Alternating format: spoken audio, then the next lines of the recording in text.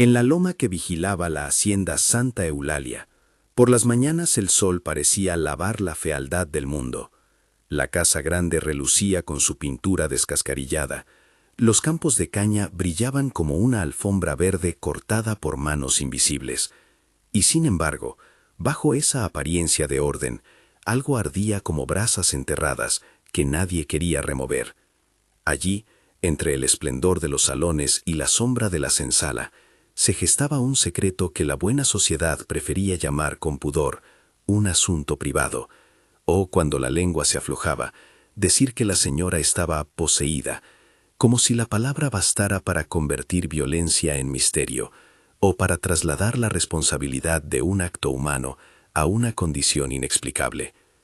La baronesa Constanza de Andrade Sampayo era una figura hecha a medias, seda en las recepciones, crueldad en los pasillos interiores.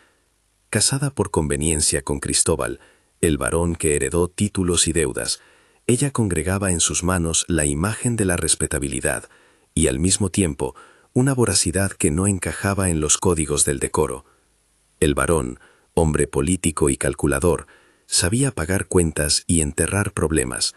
Su silencio era muchas veces la medida de su poder.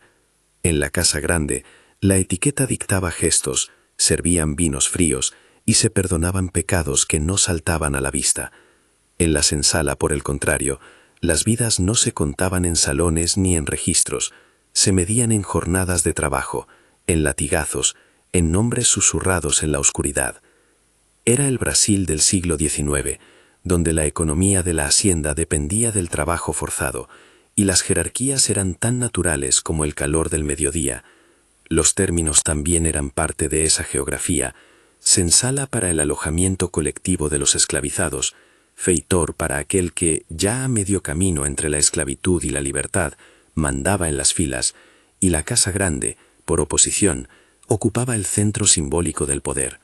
De ese mapa social emergían figuras que vivían atrapadas en roles establecidos: el feitor Ignacio, alforriado que había ascendido en la servidumbre y sabía usar la violencia del puesto para sobrevivir; Benedita, mucama de largos recuerdos, testigo y guardiana de secretos; y, por supuesto, los hombres cuyos nombres resonaban por la hacienda: Damião, Feliciano, Tobías y Marcelino.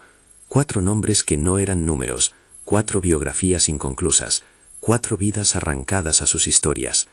Si te interesa descubrir historias que no nos contaron, suscríbete. Damião era el primero en la voz de la senzala, alto, con manos de labrador que guardaban las notas de una melodía que volvía de las noches africanas. Había llegado en la infancia a una costa que no fue la suya. Recordaba todavía el nombre del pueblo de donde partió, la voz de su madre llamándolo bajo lluvia tropical, y el sabor de la mandioca horneada. En Santa Eulalia, era quien conducía los bueyes en las mañanas, quien en las noches se sentaba junto a otros para ensayar un ritmo que suavizara la dureza del día. Su risa, cuando brotaba, era una forma de resistencia, pequeña, cuidada, insuficiente para borrar la fatiga. Tenía un recuerdo pendiente en la memoria, una hermana a la distancia que lo llamaba en sueños. Feliciano llevaba la marca del oficio, era herrero, y del crisol de su trabajo salían el arado y las herramientas que apuraban la cosecha. Hábil con el fuego, conocía el olor del hierro caliente y la paciencia del martillo. Tenía una pareja, Josefa, y un hijo, Ventura, cuya risa le devolvía sentido a las jornadas. Feliciano era capaz de tararear una canción con la misma facilidad que la reparaba una pieza rota.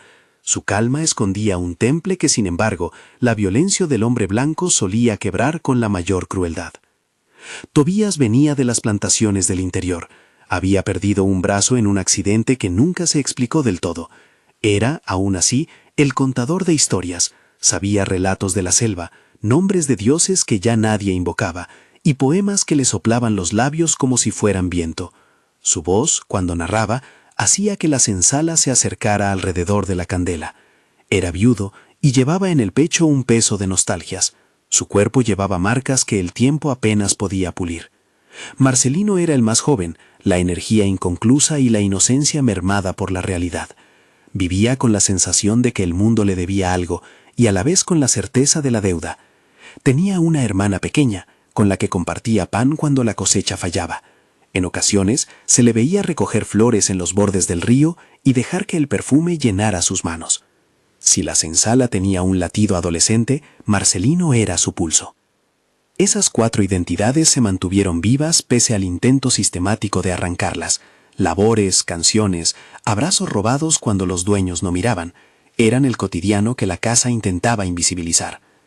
Pero en ocasiones, la humanidad que había entre ellas era pisada por la violencia en una casa que nadie con valentía quería nombrar. Cerca del riacho, una vivienda de adobe y tejas, abandonada al uso de las ratas y las sombras, se convirtió en una trampa para los que no podían negarse. En la noche, la baronesa llevaba allí a quien ella elegía, y lo que allí ocurría fue la manera en que el poder se afirmó por sobre la vida de otros. Ignacio, el feitor, era la pieza central del engranaje. Antaño, un esclavizado había logrado que el patronato le concediera la manumisión, con la libertad, la ambición.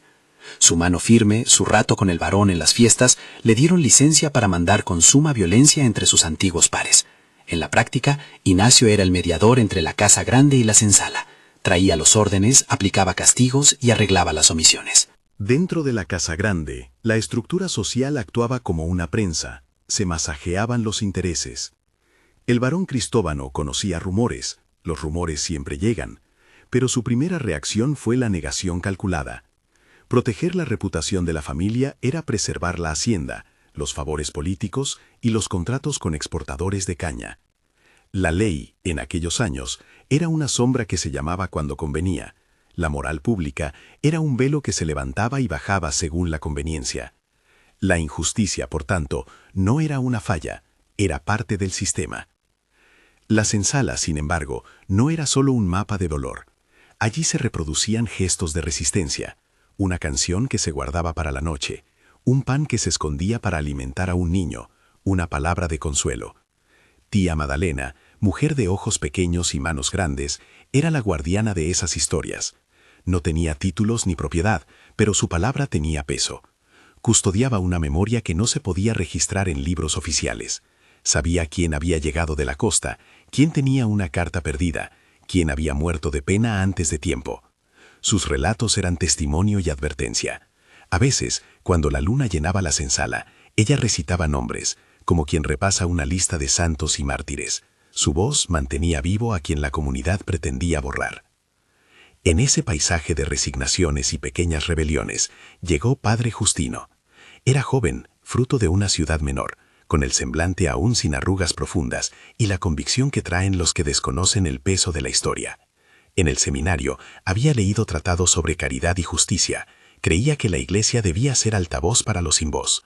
Cuando fue enviado a Santa Eulalia, su llegada fue celebrada por algunos y recibida con recelo por otros. Los grandes esperaban discreción, los pequeños algo más que palabras. Justino caminó por la senzala con paso medido, intentando que su presencia no fuera intrusiva. No era un salvador con certezas, era un joven con preguntas. Se sentó junto a hombres que habían visto el mundo fragmentado, escuchó historias a media voz y lentamente fue armando un mapa de lo que la hacienda ocultaba. Aquello que la gente llamaba un asunto de la casa se le apareció como un crimen sistemático. Lo que más lo sacudió no fue la novedad del mal, él había leído del pecado humano en libros, sino la manera en que la comunidad, hecha de rostros conocidos, lo toleraba. Esa tolerancia le pareció una herida más profunda que la propia violencia, un pacto silencioso que se sostenía con miedo y comodidad. Por las noches, Justino leía con la vela en la mano fragmentos de vidas, la correspondencia de los pobres, las peticiones sin respuesta que la diócesis enviaba y que rebotaba en oficinas. A veces, escribía cartas imaginarias, no aún para la jerarquía, sino para ordenar los pensamientos en su propia conciencia. «No puedo callar lo que he visto», anotó una madrugada, con la letra temblorosa. Se decía a la vez que la palabra era un arma y un riesgo. La denuncia podía costarle la carrera, el ostracismo e incluso la vida. No obstante, su fe no era un escudo acrítico. Era en su interior una fuente de exigencia moral. En su primera ronda nocturna por la hacienda, guiado por la voluntad de escuchar, Justino llegó al riacho. El lugar olía a humedad y a hojas podridas. La casa abandonada se recortaba en la penumbra como una mancha que no terminaba de disolverse con la bruma. El rumor le había contado historias, pero nunca se está completamente preparado para ver con los propios ojos lo que otros, por miedo, solo susurran. Se escondió entre unos matorrales, observando la oscuridad que se movía bajo un alero. Allí, tras una cortina de sombras, vio a Constanza. No era la dama pulcra de los salones. La noche le daba otra forma, más salvaje y determinada. Con ella había hombres. Uno de ellos, que él reconoció por la forma de caminar, era Damião. La escena que presenció no puede describirse con detalle.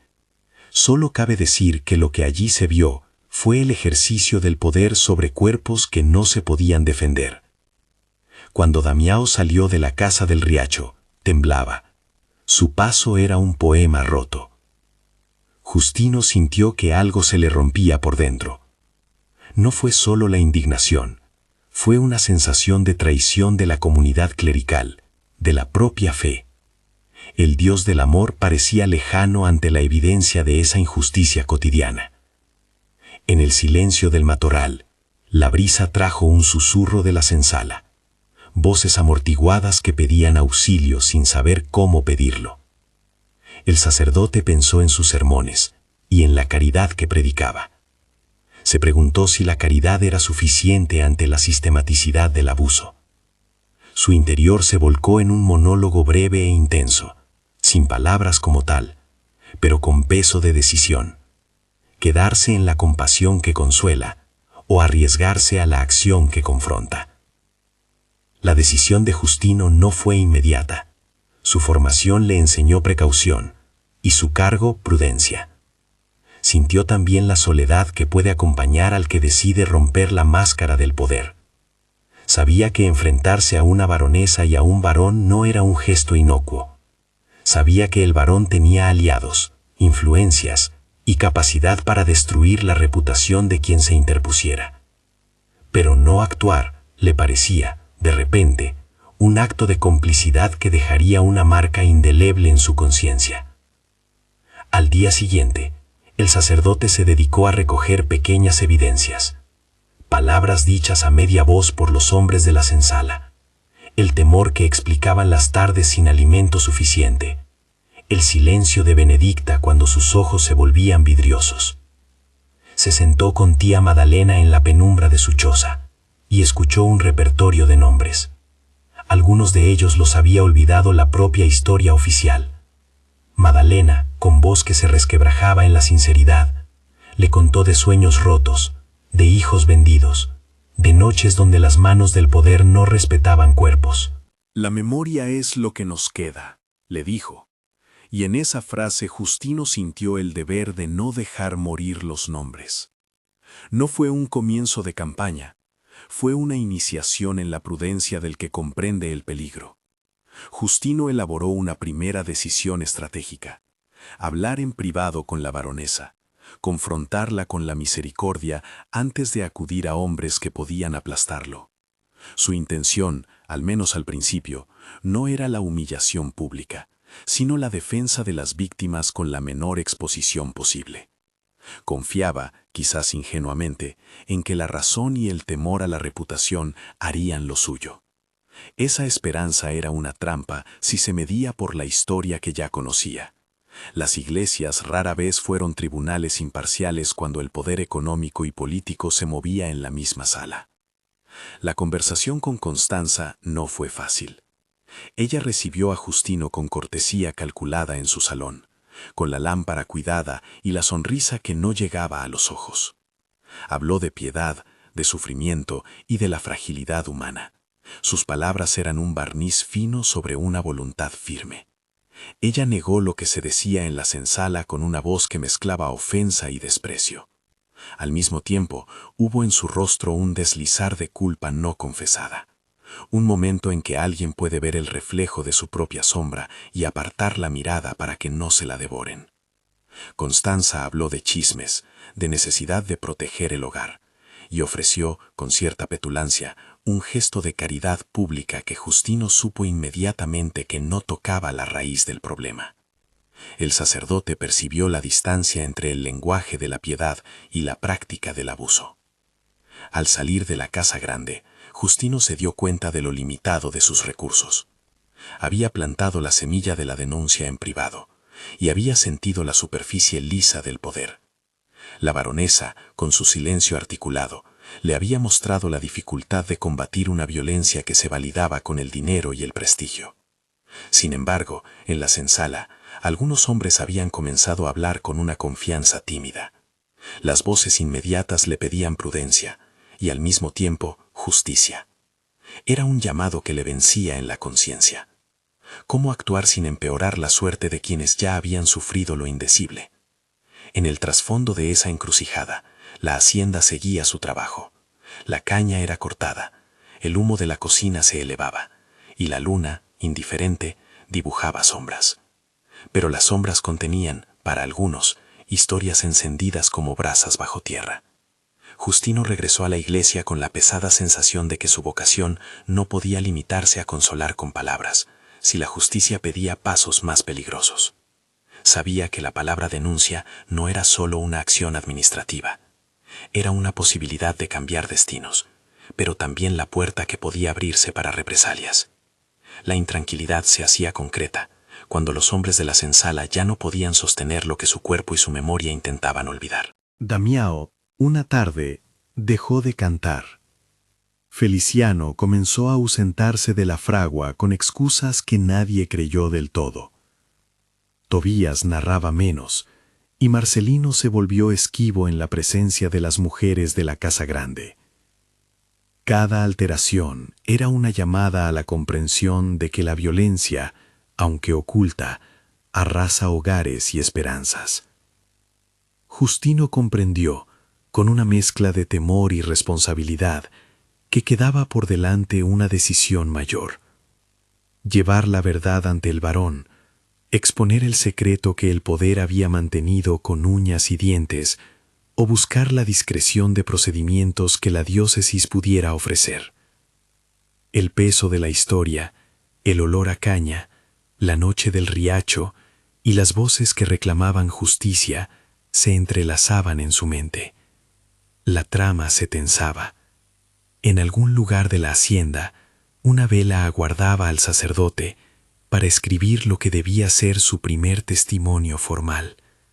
En otro, Damiao volvía a mirar al río como si buscaba una manera de nombrar lo sucedido sin pronunciar palabra. La decisión de Justino, en esos primeros días, no era un acto público, sino una preparación. Reuniría los testimonios con cautela, buscaría aliados y entendería la red de complicidades que hacía posible lo inadmisible. Sabía que su primer paso debía ser delicado. Una palabra mal puesta podía costar vidas. Mientras la noche se cerraba sobre Santa Eulalia, la sensación era de que algo, irremediablemente, había cambiado. La aparente calma de la hacienda era una máscara finita. Bajo ella, la historia comenzaba a moverse como un río que encuentra su cauce. Y así, en la penumbra de su cuarto, con la pluma temblando sobre el papel, Justino empezó a redactar la carta que no sabía aún a quién enviaría. No era una carta de denuncia escueta, era un mapa de nombres, de heridas y de voces. Allí, entre líneas, apuntó 4 nombres con la intención de no dejar que la memoria se desvaneciera: Damiao, Feliciano, Tobías, Marcelino. Sus manos, por primera vez desde su llegada, temblaron no por miedo a la palabra, sino por el peso de la obligación. Afuera, la baronesa mantenía su reino de seda y secretos. Adentro, en la senzala, alguien cantó una canción que hablaba de orígenes lejanos y de la necesidad de recordar. Justino dejó la pluma sobre el papel y la vela titiló, como si también ella vacilara ante la medida de lo que estaba por hacerse. No buscaba fama ni venganza, buscaba nombres que no se borraran. Aquella noche, en la fría luz del despacho parroquial, tejió una red de palabras que fueran capaces de sostener lo que la palabra corriente había intentado sepultar. A la mañana siguiente, con la carta en un sobre, empezó a visitar de nuevo la senzala, no ya como quien pasa por la vida de otros, sino como quien se dispone a cargar con el peso del testimonio que alguien más no puede portar solo. Primero habló con Damião. Lo encontró al borde del río, con las manos aún teñidas del barro de la orilla y los ojos hundidos en un paisaje que parecía ajeno. Damião habló despacio, con esa voz que antaño había llevado canciones. Recordó sin que nadie se lo pidiera la costa africana, donde aprendió el nombre de las aves, la forma de saludar al día y la canción de su madre para curar la tristeza. Habló de la primera vez que lo arrastraron, de las noches en el barco, de la promesa que se hizo de no olvidar para no morir del todo. No contó detalles del abuso, dejó que el silencio y el temblor de sus manos dijeran lo que las palabras no podían. «No quiero castigarla», dijo en una tarde, «quiero que me devuelva el derecho a ser llamado por mi nombre». Y Justino entendió que la petición contenía tanto dignidad como miedo. Feliciano lo recibió en la fragua. El calor del horno no mitigó la pesadumbre de su rostro. Contó de Josefa y de Ventura, de cómo hacía falta una sonrisa para que el niño creyera que la vida podía ser más que una sucesión de trabajos implacables. Habló del hierro como oficio que dignifica y de la impotencia de ver su trabajo estrangulado por la vergüenza que la baronesa había imprimido en su cuerpo. «Cada vez que levanto el martillo, siento que golpeo algo que ya no es mío», dijo, y su voz se quebró. Justino tomó notas, pero más que apuntes, inclinó su presencia para recibir la confianza que le daban. Tobías narraba menos, pero cuando lo hacía, su voz volvía a tejer mundos. Esa tarde contó una historia sin relación aparente con el presente. Hablaba de un río en el que las estrellas se reflejaban como ojos de ancestros, de un Dios pequeño que protegía a los niños. Al final, apenas agregó que ahora le costaba recordar nombres, porque al nombrar, aparecía aquello que no debía ser nombrado. Marcelino vino a verlo por la noche, dormitando en un tronco junto al camino, con las manos manchadas de savia y flores secas en el bolsillo. Habló de su hermana, de las pequeñas alegrías que intentaban sostener con migajas.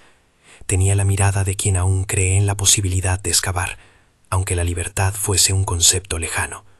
A los 4 les preguntó el sacerdote por lo que querían. Sus respuestas no eran uniformes. Algunos pedían justicia abierta, otros temían la publicidad. Unos querían dinero, otros la preservación de lo que quedaba de su dignidad. Justino comprendió que ninguna decisión podía tomarse sin su consentimiento, que la protección había de ser primero hacia ellos. Pidió tiempo. No era un gesto de burocracia, fue la conciencia de que una acción precipitada podía agravar el destino de los vulnerables.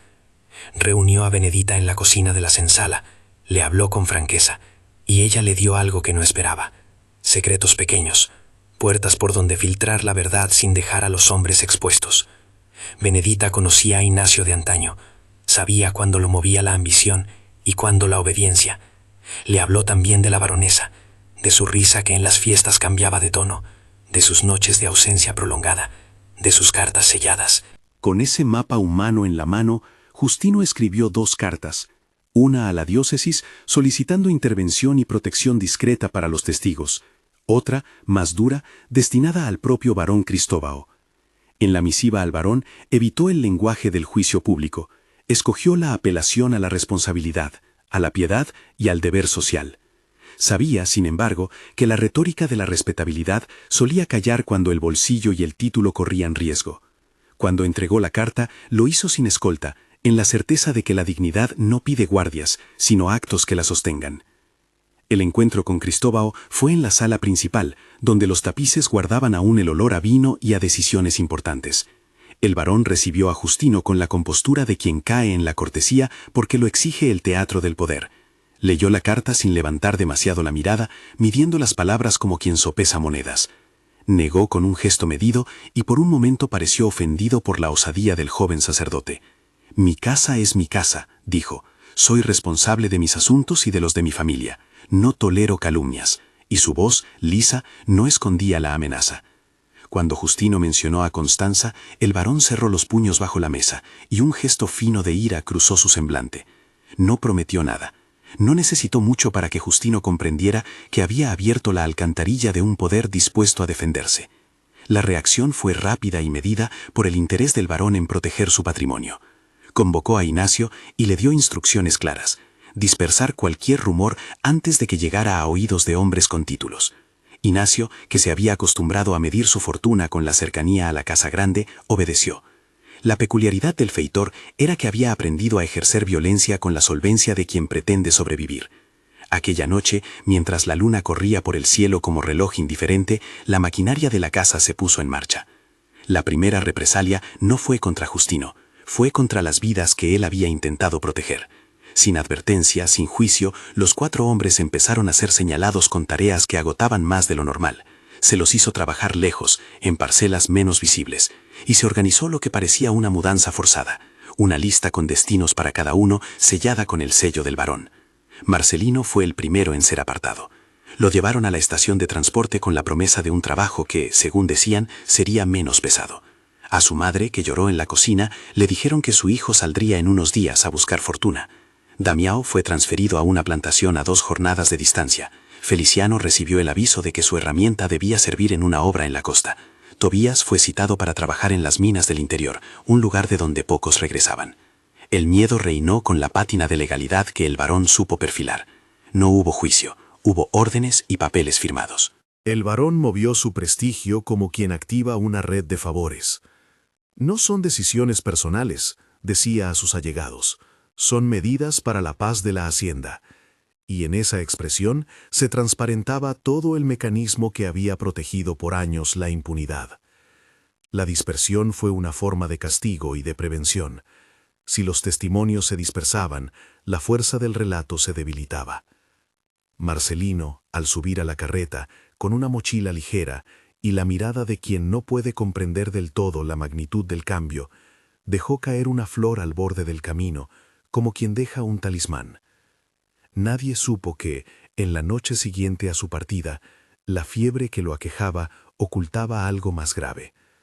La distancia, el trabajo en condiciones peores y la falta de cuidados convirtieron una tos en muerte. La noticia llegó como un puñal, una carta lacónica informando del óbito, firmada por un capataz. Ventura, el hijo de Feliciano, lloró como si la orfandad desnudara el resto de su vida. Damião y Tobías tuvieron destinos distintos, pero igualmente crueles. Uno se perdió en la multitud de una plantación que devoraba nombres. El otro cayó enfermo en las galerías y desapareció sin registro formal. La baronesa, a su manera, sufrió una consecuencia que no fue penal, sino psíquica.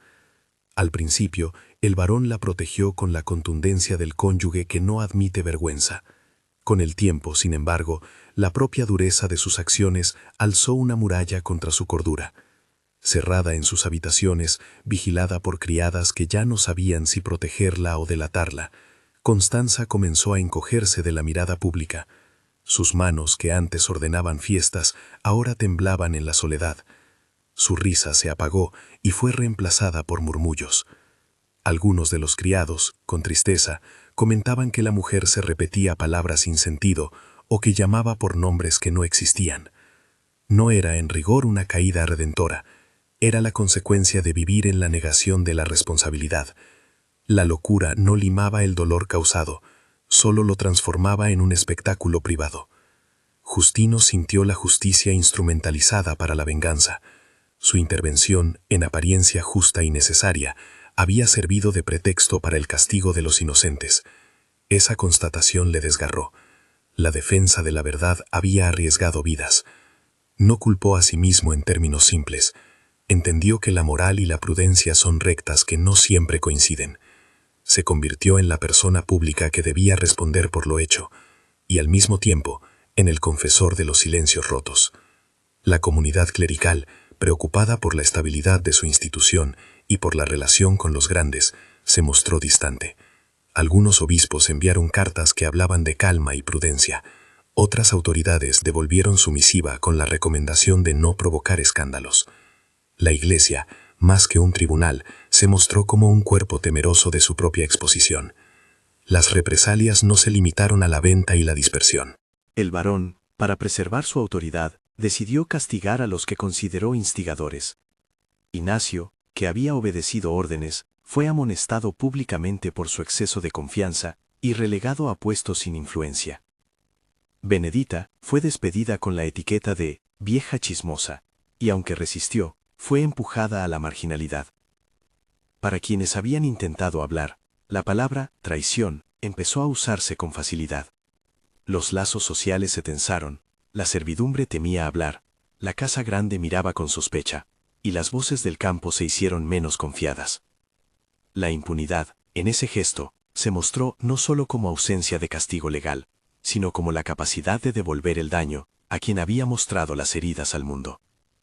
Mientras tanto, Justino no se retiró, no porque el desaliento fuera ajeno, lo fue, sino porque la memoria de tía Madalena y de los hombres le había enseñado que la lucha por la verdad no es siempre limpia y rara vez rápida. Empezó a escribir cartas a hombres con poder distinto. Además de la diócesis, contactó a pequeñas redes de defensores que trabajaban por la educación y por reformas. Reunió suscripciones para el sostén de las familias afectadas. Organizó, con discreción, envíos de alimentos y algunas monedas para los niños huérfanos. No pudo revertir la dispersión, pero buscó aliviar el daño. Su fe, probada, adquirió una forma de resistencia práctica. No oraba solo por la redención espiritual, sino que intentaba tocar la carne de la injusticia con remedios concretos. Una carta que llegó a sus manos, meses después, le devolvió la comprensión de por qué había empezado todo. Era de tía Madalena. Su letra era firme, como quien ha memorizado un mapa de nombres para que no desaparezcan. En ella se leía: Padre Justino, no tiene idea de cuánto pesa en nuestra gente que alguien se acuerde de decir sus nombres. Aquí la memoria es medicina. Usted vino, y con sus palabras, nos hizo creer que no éramos fantasmas. Dígame solo una cosa. No deje que se los traguen. Yo ya no soy joven, pero guardo todo. Si alguna vez la Iglesia nos pide un favor, dígale que la memoria tiene más fuerza que sus leyes. Le doy gracias en nombre de los que ya no pueden dar las gracias. Madalena. Esa misiva, breve y grave, fue una brújula. No resolvía injusticias, pero encendía lo que había de sostenerlo. La convicción de que recordar es una forma de resistencia. Con el tiempo, las pequeñas acciones de Justino se convirtieron en una red de apoyo tenue pero concreta. Pagar una lápida para Marcelino, mandar unas monedas a Ventura, sostener la salud de Tobías cuando se enfermó en la mina, hasta que, sin embargo, la distancia y la dureza lo arrancaron de la vida. Las pérdidas eran reales y muchas. La ayuda, menor. No hubo celebraciones por la intervención del sacerdote. Hubo más bien noches despiertas y cartas sin respuesta. Años después, la historia cobró otra dimensión cuando los vientos políticos comenzaron a moverse hacia la abolición. Las discusiones, que antes eran asuntos de salones y despachos, se volvieron públicas e insoportables para quienes se negaban a mirar la verdad. Justino, por su parte, no se presentó como ilustración heroica de esos cambios. Se limitó a seguir hablando en la parroquia, a recibir cartas, a recoger nombres. La memoria que había ayudado a preservar empezó a permear discursos y asambleas. Los relatos que antes eran solo susurros en la senzala necesitaban ya menos intermediarios. La baronesa, recluida y cada vez más aislada, terminó por perder la forma social que la había definido. Su locura no fue dramatizada ni celebrada, fue lamentada en la intimidad. Algunos visitantes comentaban que había dejado de reconocer a personas, que cantaba canciones sin sentido y que su mirada se perdía en fotografías viejas que hablaban de fiestas. No hubo juicio público, hubo únicamente la erosión de una posición que ya no podía sostenerse ante la evidencia. Nadie celebró esa caída. No era una victoria de la justicia, sino el precio amargo que el poder pagó para intentar cerrar un escándalo. Ignacio, por su parte, vivió en el exilio de la reputación. Aunque nunca se escribió una condena pública para su papel, la servidumbre lo juzgó. Su ambición había encontrado techo, y ese techo acabó por precipitar su aislamiento. En noches de vino barato, Se le oyó hablar sobre la fragilidad de los favores. En tardes de silencio, su mirada se volvía hacia la senzala, como quien piensa en aquello que ayudó a construir. A veces se le veía hablando en voz baja con Justino, pidiendo perdón con palabras que no curaban, pero que quizás aliviaban. La historia de los 4 hombres no quedó en el olvido. Aunque 3 de ellos desaparecieron en lugares lejanos y uno murió joven, sus nombres empezaron a aparecer en listas que algunos hombres y mujeres escribían para no olvidar. Tía Madalena recitaba al final de su vida una letanía con los nombres de la senzala y el pueblo. Justino, cuando podía, los inscribía en registros parroquiales como recordados, porque sabía que el acto de nombrar era muchas veces la última trazabilidad de dignidad.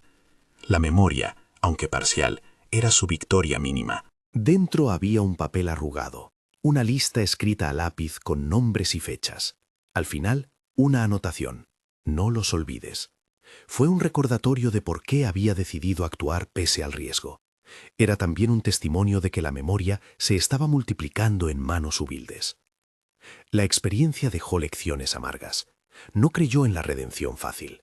Aprendió que denunciar puede exponer a inocentes y que la prudencia no siempre equivale a complicidad, pero sí puede ocultarla. Entendió que el silencio no es neutro, favorece al poderoso. Y sobre todo, que la memoria es el último refugio de la dignidad. No se trataba de buscar castigos punitivos que satisfagan la sed de venganza. Se trataba de asegurar que los nombres no se perdieran. Ese, al fin, fue su compromiso más íntimo. La noción de que Constanza estaba poseída dejó de usarse en la Casa Grande como eufemismo para convertir a la agresora en víctima de un destino sobrenatural. El término, entre comillas, cuando aparecía en páginas privadas, funcionó por un tiempo como máscara de la infamia. Pero el relato que emergió de las voces de la senzala mostró otra cosa.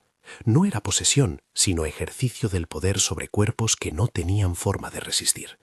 Llamarlo poseída no esclarecía nada, ocultaba responsabilidades.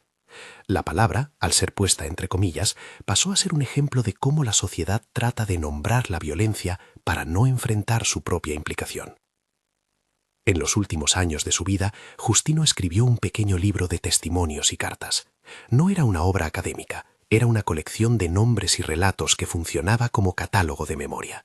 Incluía la carta de tía Madalena, publicada con su permiso, y extractos de las comunicaciones que había enviado a la diócesis cuando aún creía que la palabra institucional podía mover decisiones justas. No buscó gloria, buscó que los nombres existieran en tinta y palabra. En las presentaciones que hizo, nunca habló de su heroicidad. Habló en cambio de las vidas que conoció, de la fragilidad de la justicia y de la necesidad de recordar. La última escena que cuenta la voz que aquí narra es sencilla. Una mañana en que el sol no calienta con indiferencia, Justino se acercó al pequeño cementerio detrás de la iglesia, donde había capillas humildes y algunos nichos con flores secas. Allí, junto a la lápida que había conseguido para Marcelino, leyó en voz baja los nombres que su mano había recogido años atrás: Damiao, Feliciano, Tobías, Marcelino. No era una liturgia solemne, era la reiteración de una promesa, que alguien había venido a recordar. A su lado, una mujer joven que quizá no había conocido a los protagonistas de aquella época dejó una vela encendida. La memoria, súbita y colectiva, hacía su trabajo. Al final, lo que quedó fue una mezcla: impunidad legal para muchos, ruinas íntimas para otros, y la semilla de una lucha que, años después, ayudaría a que la conversación sobre libertad y dignidad no fuera ya exclusiva de unos pocos. La historia de Santa Eulalia no corrigió todas las injusticias. Sin embargo, obligó a algunas miradas a cambiar su rumbo. La vida de Damián, Feliciano, Tobías y Marcelino no fue borrada del todo. Sus nombres fueron pronunciados en pequeñas asambleas, escritos en listas de memoria, atesorados por mujeres como tía Madalena, que entendieron que la memoria es el único antídoto contra la repetición. Si esta narración te ha hecho pensar y crees que estas historias deben contarse para que no se repitan, compártela. Habla del peso de la memoria, de la manera en que las voces silenciadas necesitan ser nombradas y sostenidas. No es una invitación al sensacionalismo, es un llamado a mantener viva la memoria colectiva para que los abusos no encuentren cobijo en el olvido. Que los nombres queden entonces como un deber que nos compromete a no mirar hacia otro lado.